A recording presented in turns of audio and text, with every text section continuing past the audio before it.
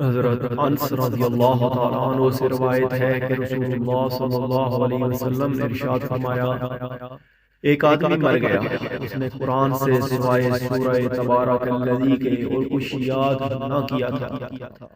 جب وہ قبر میں اتارا گیا تو عذاب کے فرشتے آئے اور اس صورت نے فرشتوں کو عذاب کرنے سے منع کیا۔ تو فرشتے کہنے لگے، تو قرآن میں سے ہے، ہم تجھے رنج دینا ناپسند کرتے ہیں، لیکن ہمیں یہ قدرت نہیں کہ تجھے یا مردے کو یا اپنے آپ کو نفع و نقصان پہنچائیں۔ اگر تم مردے کو عذاب سے بچانا چاہتی ہے تو اپنے پروردگار کے دربار میں جا کر اس کی سفارش کر۔ یہ سورت پروردگار کے دربار میں جا کر کہے گی، یا رب یہ مردہ دنیا میں مجھے پڑھا کرتا تھا اور تو نے وعدہ کیا تھا کہ جو مجھے پڑھتا رہے گا اسے عذاب نہ کرے گا۔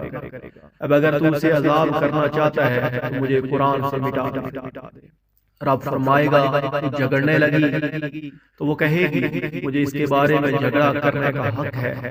اللہ فرمائے گا، جا میں نے میت کو تیرے حوالے کیا اور تیری سفارش قبول کی۔ سو فرشتے کے پاس آئے گی اور اس کو دفع کرے گی۔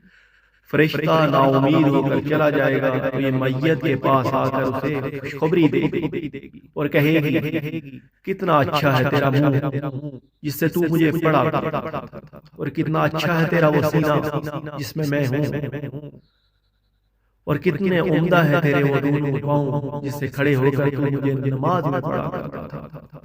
پھر یہ سورت قیامت تک اس کی قبر میں رہے گی، آگے سے کوئی خوف لاحق نہ ہو۔